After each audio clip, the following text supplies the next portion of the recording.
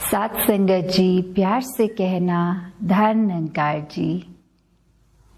यहाँ संगत के रूप में जो एक अभी आप 2 घंटों से लगभग जो सुन भी रहे हैं, किस तरह ये बार बार ध्यान दिला रहे हैं संत कि एक जो डर होते हैं अंदर से जो एक निकलते हैं उससे भ्रम भी बनते हैं और फिर वो भ्रम किस तरह एक शांत हो पाते हैं, वो सिर्फ और सिर्फ ब्रह्म ज्ञान से हो पाते हैं।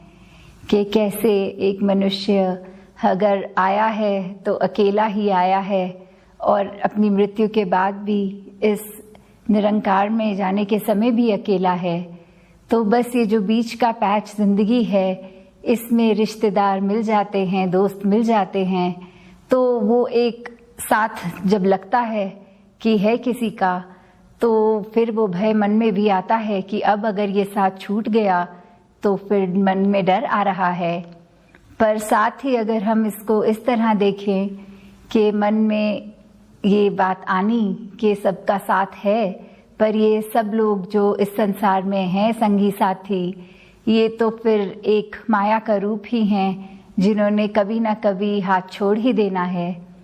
तो कैसे हमें अपने मन को भी उस तरह पूरा पक्का बनाना है कि आज के जनरेशन में ये देखा गया है कि मोनोफोबिया टर्म भी बहुत आ रही है कि अकेले रहने का डर, खास करके जो यूथ हैं कि कुछ दिन अकेले रहना पड़ता है और अगर कोई इंटरनेट नहीं, कोई गैजेट नहीं, तो वो बहुत ही अपने आप को बेचैन फील करते हैं। और साथ ही एक वो जो टर्म है FOMO, fear of missing out, कि कैसे लगता है कि हमारी लाइफ के अलावा हर एक के लाइफ में इतना इंटरेस्टिंग कुछ हो रहा है। लगता है ओ कोई नए आर्टिस्ट ने कोई गाना निकाला, मैंने अभी तक नहीं देखा, उसके इतने व्यूज़ हो गए हैं, तो मन की बेचैनी आनी। या कोई नई मूवी आ रही है, उसका ट्रेलर निकल गया है, मेरे सब दोस्तों ने देख लिया है। तो ऐसे छोटी छोटी चीज़ें जो आजकल ऐसे लगता है कि किसी की ज़िंदगी में हमसे ज़्यादा कुछ इंटरेस्टिंग हो रहा है। पर बात तो वही है, ज़िंदगी सबकी उसी पर आधारित अगर रखें इस निरंकार पे, तो कितनी स्थिर होगी। नहीं तो हाल हमारा भी वैसा कि एक कहानी है जो बंदर मटके में पानी भरा हुआ था और झांक के देख रहा था नीचे मटके में, तो एक पेड़ पे लटके अंगूर उसको दिख रहे थे और उसको लग रहा था कि ये मटके के अंदर पड़े हैं। वो कभी अपना हाथ डाले, कभी अपना मुंह अंदर डाले, पर वो अंगूर उसके हाथ नहीं लग रहे थे।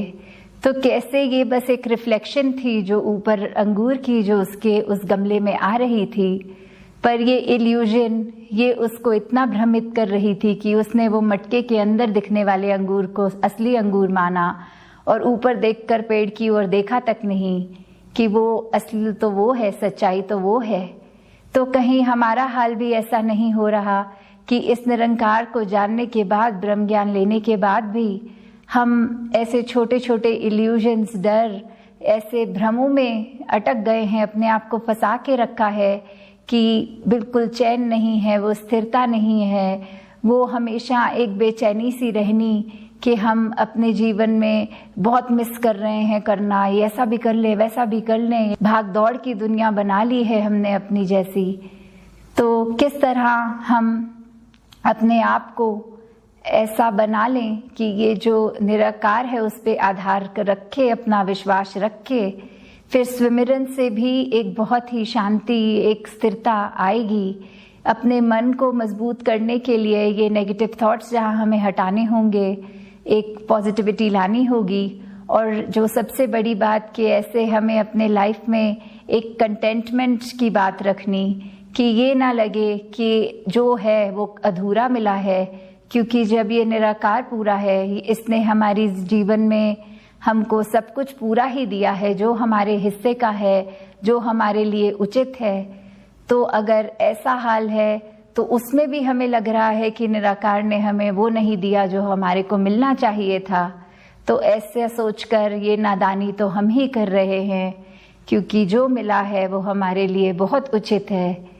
तो कैसे हमने अपने जीवन में से ये भय हटाने हैं, ये भ्रम हटाने हैं, और सिर्फ इस ब्रह्म ज्ञान से, इस ब्रह्म से जुड़ना है। जिस तरह अवतार बानी में भी वो लाइन आती है कि सुख दुनिया दे परछावे ने जेकर प्रीता पाएगा, ढल गए परछावे जिस दम रोएगा कुरलाएगा, कि कैसे हम अपने जीवन में एक परछाई को ही सच्चाई मान लेते हैं। वो बंदर वाली अवस्था हमारी हो जाती है कि जो क्षण भंगुर है, जो हिलने वाली चीज स्थिर नहीं, वो ही अगर अपने आप में उसको एक स्ट्रॉन्ग ग्रिप लेना चाहेंगे तो उसने तो अपनी जगह से हिल ही जाना है।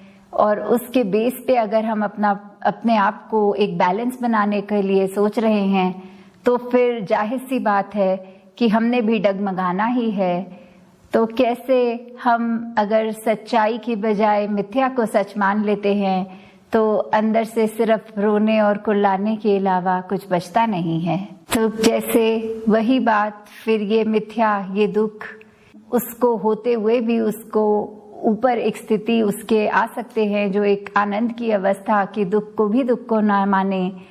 तो कैसे फिर अवतार बानी में ये दर्जित है कि जगदा मालिक याद होवे ता दुख भी देंदा दुख नहीं, जगदा मालिक याद होवे ता रहंदी कोई भुख नहीं। कि कैसे एक हमारे अवस्था कि वो दुख हो सुख हो, वो सब हमें इस निरंकार के भाने में रहने के समय में उस पेन को, वो दुख को उस तरह एक फीलिंग नहीं आती। ये मान के कि निरंकार द्वारा ही जीवन में ये आया है तो हम उससे बहुत जल्दी उभर पाते हैं। वो सिचुएशन हमारे को फिर बहुत टेम्पररी लगती है। और कैसे फिर कंटेंटमेंट की कोई भूख भी नहीं कि कुछ करना, हाँ लाइफ है, एक कर्म करने हैं, वो कर्मों के लिए नहीं कह रहे कि रुक जाना है, पर एक जो ये लालच होते हैं कि हमें ये भी चाहिए, वो भी बहुत होड़ में आ जाते हैं हम एक, तो उसके लिए जो वो वाली भूख है एक ग्रीड की तरफ जाते हुए इंडिकेट करती हुई कि कैसे वो लालच वाली भूख खत्म हो जाती है। एक बिल्कुल हम कंटेंट अपने होकर उस तरह की स्थिति को आ जाते हैं। तो आगे की लाइनों में जैसे लिखा है, जगदा मालिक याद होवेंदा होंदा हर कम पूरा है, कि कैसे इस निराकार का किया सब पूरा।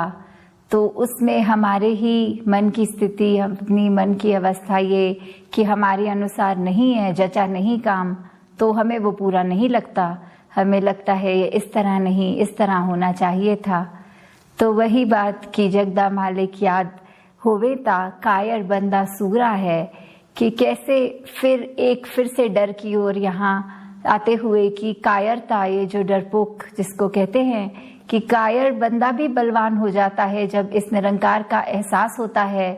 तो कैसे जो हमारे को ये लग रहा होता है कि ये कार्य हम नहीं कर सकेंगे, हम इतने समर्थ नहीं हैं, या कोई भय हमारे अंदर हमें ऐसे काट रहा होता है जो हमें कोई अच्छा कर्म करने से रोक रहा होता है।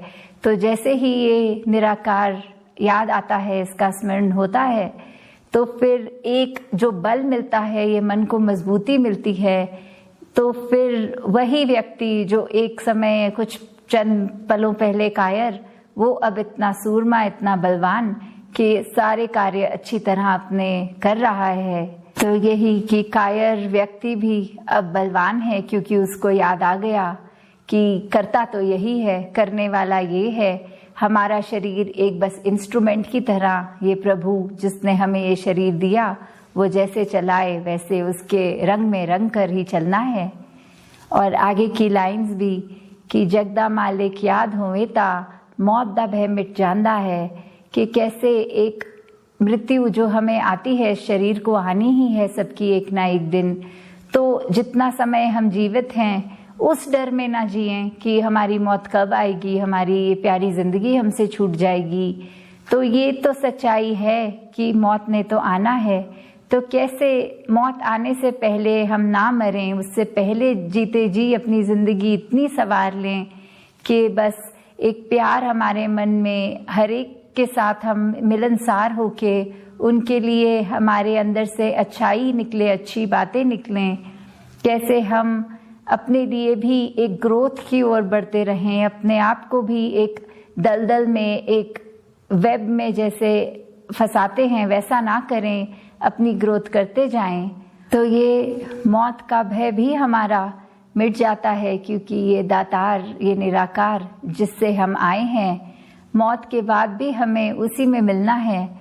तो फिर डर किस चीज़ का? ये शरीर और आत्मा ये तो बहुत ही अलग चीज़ें हैं। शरीर कुछ सालों के लिए ही है, पर आत्मा तो इस निराकार की है, इसी से आई है, ज्ञान प्राप्त करके इसी में वापस जाना है। तो कोई उम्र या सालों की वो मोहताज नहीं। तो कैसे ये जब बात याद आती है कि निराकार ही सब कुछ है, तो फिर ये लास्ट लाइन जो इसी शब्द की कि कहे अवतार ज्ञान दे बाजो मालिक याद ना आंदा है, कि जब तक हमें ज्ञान याद है तब तक ही इस प्रभु, इस निराकार, इस मालिक का भी हमें चेता होता है, याद रहता है। क्योंकि ये बात ही ऐसी है कि ज्ञान याद तो निराकार याद, निरंकार के एहसास में है तो ज्ञान पे चल रहे हैं।